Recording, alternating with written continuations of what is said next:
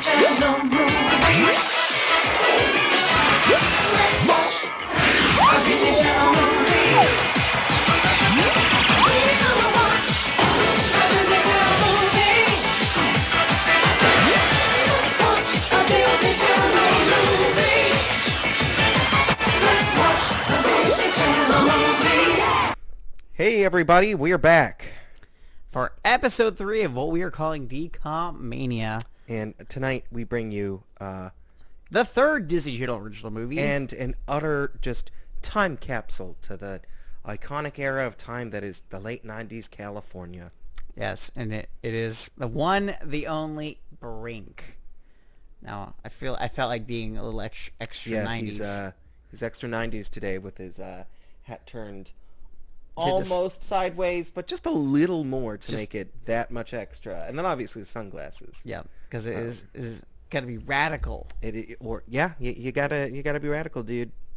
And Brink is all about the exciting world of inline skating. inline skating, which, like, outside of this movie, and probably Rocket Power. It's the only other thing I remember. I remember like, Rocket Power very inline skating, fondly, but they did everything. yeah, though. they did everything in Rocket Power. They were all the sports. They did surfing and skateboarding and mountain boarding and yeah, they did everything in Rocket Power. But like, they were trying really hard to make this like a thing. Where is Rocket Power represented? I think it's just Rocco's. No, I've got Rocco's. I've got Ren and Stimpy, Rugrats again, Cat Dog, and Cat Dog again. But I guess that Rocket Power is always kind of the red I guess so. stepchild Yeah. I'm of disappointed that there isn't any wild thornberries on here. Yeah, but no, like we're getting radical because that's and because I don't remember anybody actually like making,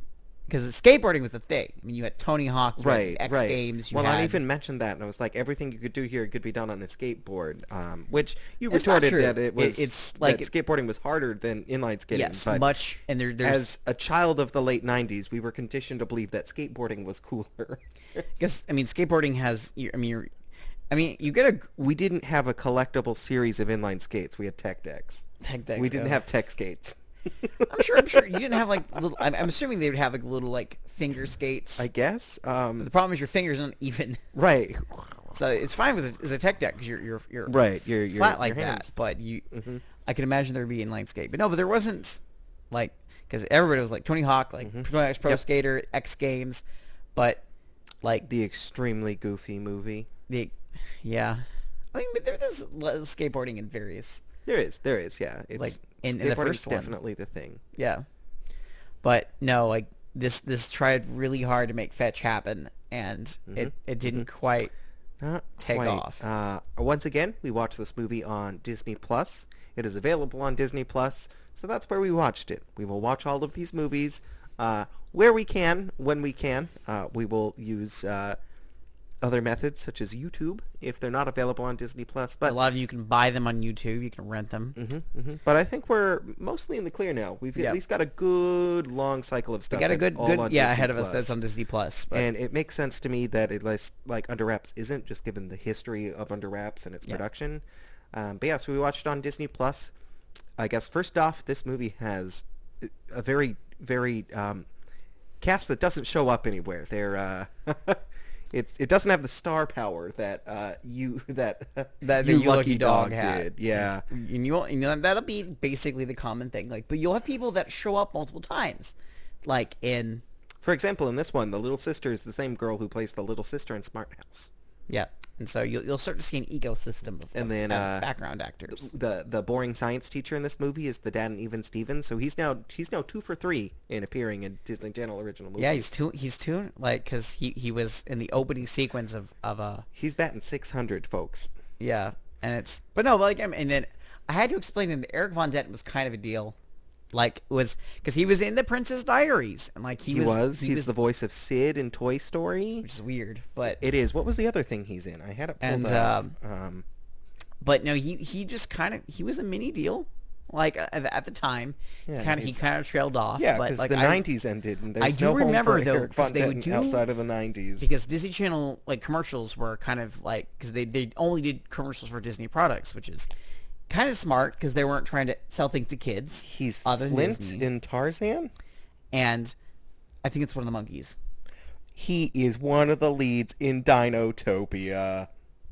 I don't know what Dinotopia is. It's a world where two brothers get transported from the real world trying to find their dad in the ocean, and they find up in a world where humans and dinosaurs live together. And as a kid who loved dinosaurs, it was the coolest thing, and I wish for it every day.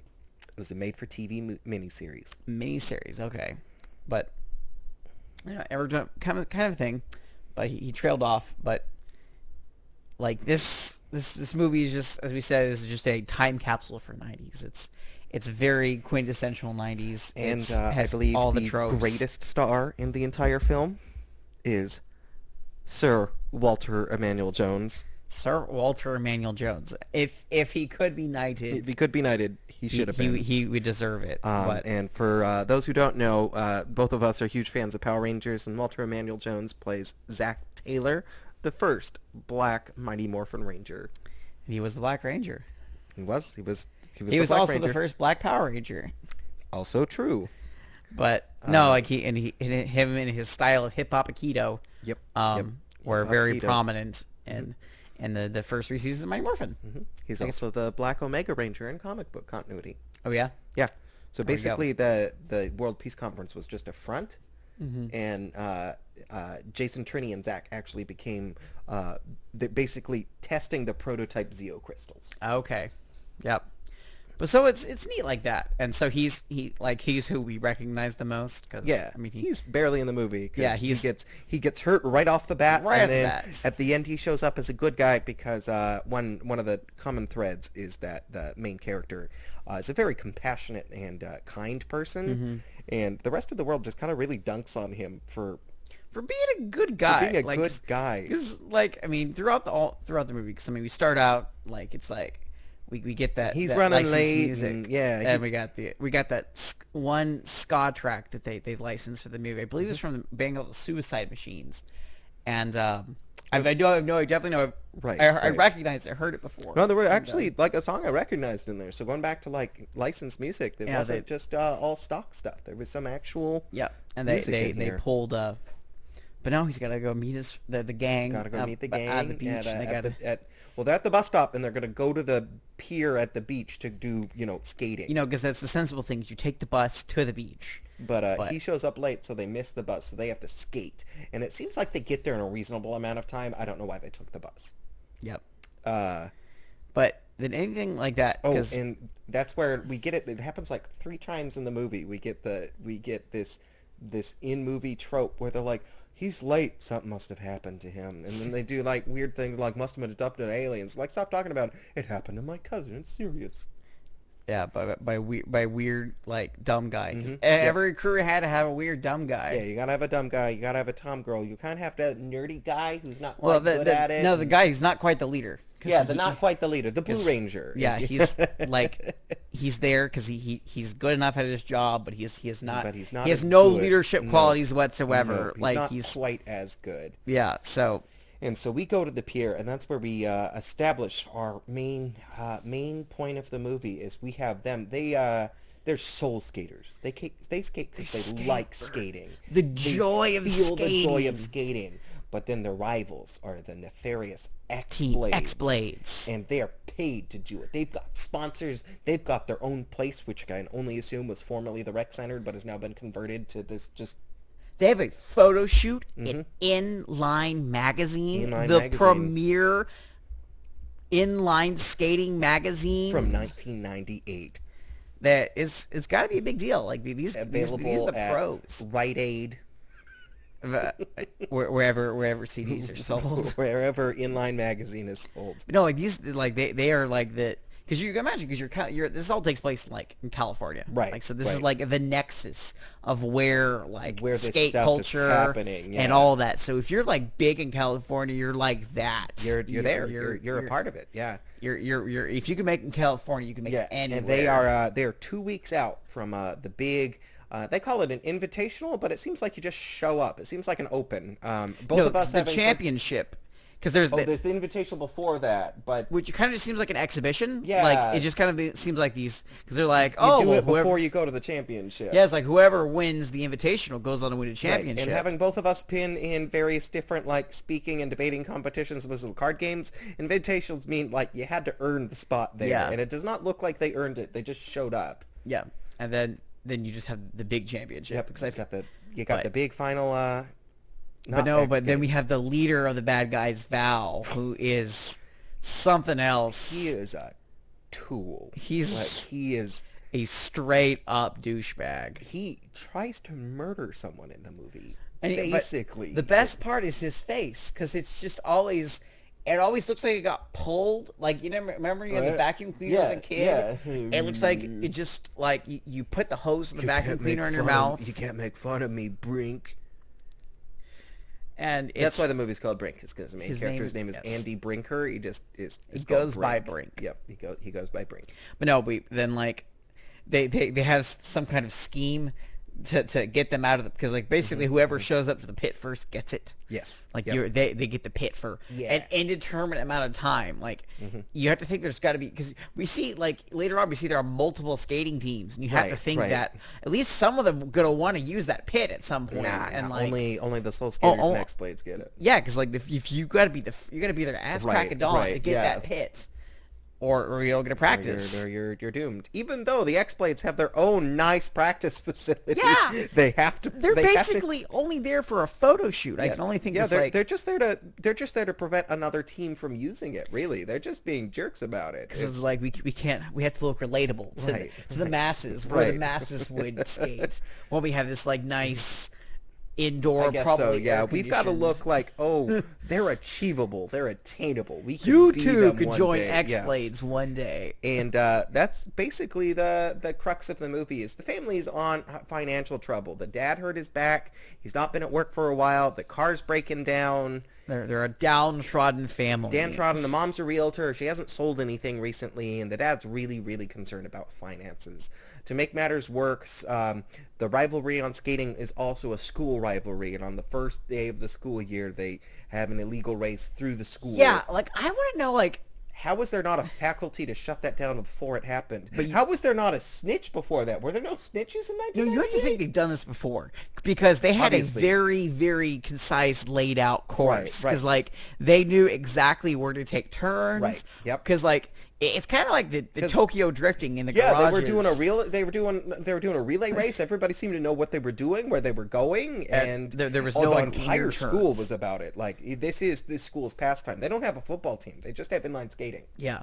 And you just have to think that, like, they've done this before, and, like, this is the first time they got caught because somebody had to trip and fall. And that was Sir Walter Emmanuel Jones, which we were able to freeze the frame and see his missing finger. So fun fact, in case you didn't know it, the original Black Power Ranger has been missing a finger for most of his life. Yeah. But Brink's such a good guy. Right. He stops the race. And Well, he doesn't stop the race. He just stops racing. To go back and help him. And he's like, "You would sacrifice your win for me, man? I don't get it." And he's like, "Yeah, some things are more important." And again, this is a recurring theme. Is he's a very selfless person, and the world continues to just beat him down for it. And I guess it's one of the points that clashes with me most, where it's just like, it doesn't pay to be a good person. Yeah, but no, because then he gets suspended, even though it was halfway through a school day, and I'm pretty sure normal schools would just be in-school suspension, but that's a conversation for not a DCOM original movie review. But and so he gets home and is like, "No more skate. Your skating is interfering with your life." Right, and, you like, can't do it. And then the next day, he basically gets recruited by the X-Blades. Yeah, because Walter Man Jones can't. He's part of the team. Yeah, he's part of the You skate X-Blades as a team. Yeah, you've got to have, except at the end. Right, you've got to have 4 people on your team, and they lost their 4th man. So they got to replace him. And Brink easily fits that bill. And here comes. But he has to sneak around. Right, here comes the moral crux of the movie: is he has to Well, one, he's on a sponsor team, so he gets paid for it. So that's good for him because he finds a way to help his family. But on the other end, he's skating with the enemy, and he has to kind of work around his friends because he doesn't want... He tries to be honest with them, but at every step it just is kind of brushed aside. And he has to practice with them as well. He does, because he's... So he is living a triple life. But then like his dad gets him a job, so he lives a quadruple life. Yeah, because he's like, hey, Dad, I think I want to get a job. And the dad's like, that is the best thing I've ever heard come out of your mouth, ever. You get yourself a job. I love you. And he's like, yeah, I figure I'm on this new, like, paid skating team. I could skate and get, like, $200 a week. For a family that currently has no income, $600 a month seems... Pretty serviceable. Pretty serviceable, especially since he's doing what he loves. And the dad puts the foot down because, like, no. How dare you do what you love for a living? It's like, I don't love my life, and you're not going to love yours. And man, we kind of had to pause it there because it was a really jarring moment that a father would be like, how dare you take your passion and make money off of it? You gotta be a soulless shill like I am. It's like, no, you're going to skate for the love of it. I feel like he's reinforcing, like, what the friends are. Right. It's really weird. So he ends up getting a job at a dog groomer's. And at this point, he spends, like, a week leading, again, like, this quadruple life. He's lying to his family, he's lying to his new team, the X-Blade, he's lying to his original team, the Soul Skaters, and he's lying to his actual legitimate job. And then he has to do schoolwork on top of it, because, like, there's just one scene where, like, it shows, like, a passage of time with, like, in the corner of the screen, it has like a clock telling you what part of the day it's at. A whole lot of things happen at once. Remind everybody what's going on. What's going on? And then you show him at the end, like, his mom comes, like, he's, like, passed out with, like, reading a book and, doing schoolwork, but... Then comes for like a public exhibition, basically for the X-Blades, and that's when the cat's out of the bag. His team finds out. Well, no, he's got to lie to them first. He does lie to them first. He's like, I'm sick. Yeah, he fakes being sick. Gets out there, tries to like race, like in disguise. He's got like these little black glasses, in his helmet, and they think that because he's in an X-Blade helmet instead of his normal helmet, and they're like, wow, who's that guy? And the girl on the team's like, you guys are dumb. You know exactly Brink. who that is. And then he is now isolated himself from his original friend group, and it's not a good relationship with the X-Blades. The leader of that team hates him. Yeah, and they're rivals. They're rivals. But they're on the same team. But as the leader, he's like, you can't make fun of me. You got to do everything I say. I'm better than you. You gotta really lay in that, because it's like having to play in the same side as the bully. Right, and then he goes, tries to make nice with his friends. That doesn't work, so he tells Valerie, he's like, you know what, I'm done, we're not doing this. And he's like, okay, cool, well then we're going to do like a downhill race, and if we win, you got to race with us. If your team wins, you get a race with them, no problem. And then, so he has to, what was her name? What was her name? I keep blanking out, because they say it multiple times, but... Was it Val? No, Val was the guy. Oh, that was the guy. I'll pull it up. I've got it up here. Oh, that's email. I don't work right now. But no, so they go with Gabriella. And so they're doing their downhill race, and at some point Val pulled like a just the jerk move. They're going down Nancy Kerrigan. Yeah, and they're going down a really. I mean, it's a pretty steep hill. They're in skates, and he throws a bunch of rocks in the path, but then tells everybody, one of his other skaters, to avoid that patch of rocks. Gabriella doesn't, and then just does. Just beefs it. She is just wipes out, spiraling. Like she's doing multiple 360s. A normal human being should be dead, considering the amount. But they all wear pads at all times. Yeah, the stress on the spine, I think, is still too great at that point. I'm just impressed. I know it's a Disney movie, but they're all wearing full. They're all wearing pads, and she basically has a scuffed arm. That's the only thing she gets out of this. Yeah, but because she gets better by the end of the weekend. She is. But that's the last straw. Is now Brink has been playing for this team that is playing real dirty. Yep. And basically tried to kill Gabriella. So finally, he stands up to them and he goes and because we're back at school at this point, and he stands up, throws a milkshake in Val's face. Yeah, and he's not going to do it. But he's like, we'll take it out in this weekend. But obviously now that's done. He's like having a crisis of faith at home because, you know, he's dealt with all of this. He can't talk to his family about it, and his dad finally like seems to come around and being like, you know, son, I never threw away your skates because I enjoyed you skating when you were 4, but now you're not 4. We're going to have other kids, and they're going to skate. And we never did. I was like... so they have the closest thing they get to a heart-to-heart. And I guess that's supposed to motivate Brink, which it does. I still would not... it still doesn't... He doesn't ever be like, I'm sorry, son. And he's Animals just like, nice. You know, I forgot what it was like to enjoy things. Well, I'm a soulless adult. I'll forget again tomorrow.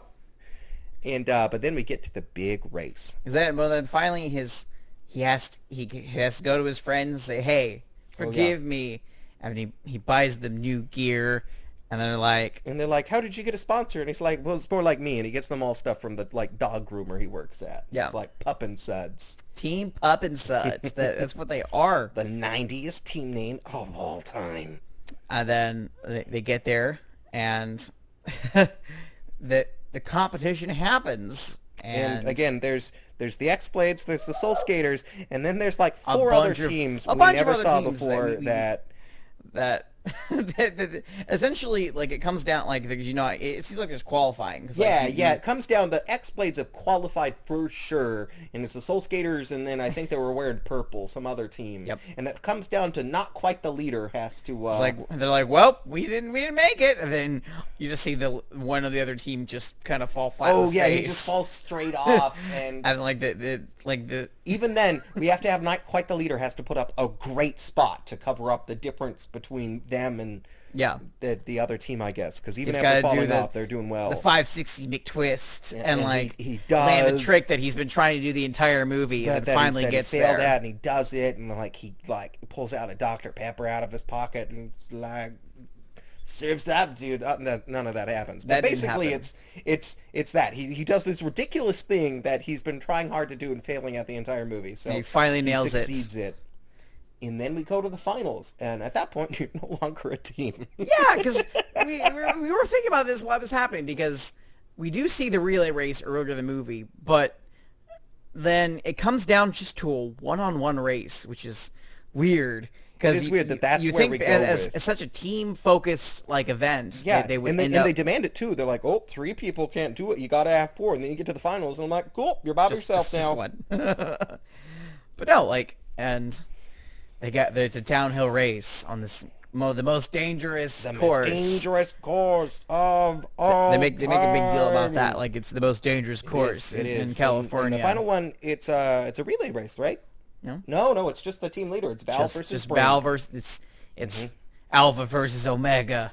And we get to it's all even. Then we get to a stretch of the track where there's no cameras. So obviously Val is like, punch, kick. Yeah, like shoving him out there's of the a way section of the course where they don't have marks. So of course, Val's going to cheat and like throw him around. And he does that. But then Brink finds like illegal shortcuts and jumps out ahead. And it looks like he's going to win. And right then that Val like blows out into a pile of hay and the race is lost for him, and Brink, being a good guy, comes back, and he's like, come on, man, let's finish this out. And he's sort of like, it's your foolish respect for humanity that got you here, and like grabs him and tosses him aside, and is like, this is where this got you. And then just flips, but you do see like the camera person like backing There's up. a camera person who's there and like sees all of it. But they never mention any of that. Like you would think there'd be some kind of reaction, like some kind of being like, this Val guy is just kind of a dick. It's like, that definitely felt like cheating. And then but Brink gets back up, and he feels skating in his soul, and he just, with all of his effort, then you see like they're like do like a off a ramp. Yeah, they have to do off a ramp to get to the final, to get to the rope line, and it's Brink by just a photo finish. It's not even quite a photo finish. Like, it's very clearly his, but he's definitely a come from behind. Like, Val was not expecting it. Kind of had to fling himself in it. Then he wins. And then... Oh, and through all of this, the other plot is his dad has joined his sister and mother, and they find out that he's got his job back, and the mother sold a house, and all of a sudden their financial problems are all gone. It just winning a race. All it took was 2 weeks for the dad to wait to hear back from the job, and the realtor to actually sell a house. Yep. So, But then like we failed to mention the evil manager. oh yeah, There's a slimy evil manager evil manager on Team X Blades. It's like every time you're on camera, you're working for me. It's like, I sold $16 million worth of merchandise last year off the back of Team X Blades. If you're skating for X Blades, you gotta have the X Blade logo on you. Your helmet, your pads, your skates, your underwear. Just in case you fall off, trip, somebody pulls down your pants, they'll see our logo. But then like he's like ambushing them at the end. He's like, come on, you know you want to be Team X Blades. And it's like, no, I'm a soul skater. I'm a soul skater for life, dude. And we don't know if he actually would they actually win from this competition? Like they we saw get a a trophy. trophy, Yeah, they get a with like a trophy. big silver skate on it. Yep. And at this point too, Walter Emmanuel Jones' character Boomer is in the audience. He's like, "Yeah, go Soul Skaters!" He's just totally cheering on. Yeah, like, he's all about the Soul Skaters now. And there you go. That's the movie. That's the movie. And I don't think it has aged well. Are you telling me the exciting life of the late 90s Californian teenagers inline skating world has not aged well? I don't think it is I don't enjoy it as much as I did as a child. See, and this is another one I missed as a kid. I remember I saw this movie so many times. Nah, this is another one I've seen. Like I watched it once. We got Disney Plus, and this is the second time watching it. And I enjoyed it less this time around. Not saying I enjoyed it tremendously the first time around. It's fine. It's a fine movie. Yeah, I don't know. I guess doesn't age it was well. a product Yeah, of its it's time. a product of its time, and it has You can nothing. tell people are having fun, and the skating's pretty decent. Yeah. And you can tell that the stunt doubles were doing good. Yeah, and it's a fine movie. It's nothing greater, and again, it's something you'd expect to see in a time capsule. It ain't something that's just going to live on forever. Yeah, very, very much a product of its time, but which leads to our letter grade, which I think we kind of settled on a C+. Yeah, C+. It's fine. It's fine. It's definitely not as good as Under Wraps. But it's nowhere near as bad as You Lucky Dog. Nowhere near as bad as You Lucky Dog. It's fine. And again, it's enjoyable. The action skating scenes are fun. They're still fun to watch. And our main character, and we also mentioned too, there was not a romance subplot. Did not happen. It didn't happen, and that major is selling very points surprising. for this. Yeah, because that's a really good. That's a really good point. Because most of these movies, you just kind of expect it. Yeah, exactly. If there was a female character, there will be a plot like that, but there wasn't. There wasn't. It was just really well done. Again, in that regard. Yeah, it's a fine movie. It's a pretty average movie. Like and I get it was a much bigger deal at the time, but it just because I mean, again, it's no longer 90s. 1998. We're like 40 years later in the year 2020. I only say that because 2020's been like 10 years long. It's true. It's been very, very long, but overall, it's like I know Joe's very, very into this movie. Yes, I have a coworker who's really into this movie.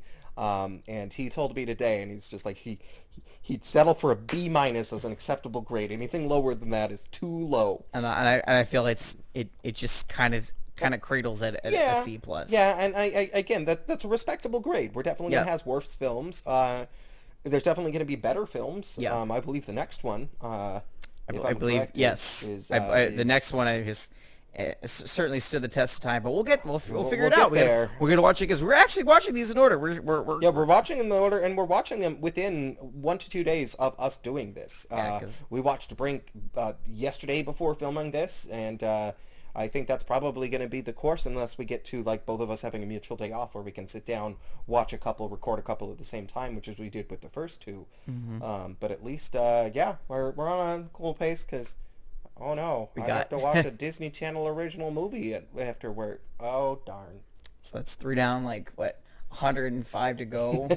Fairly certain. Yeah, and again, that doesn't even get into like Disney Plus original movies or Disney XD original movies. I think those are a thing.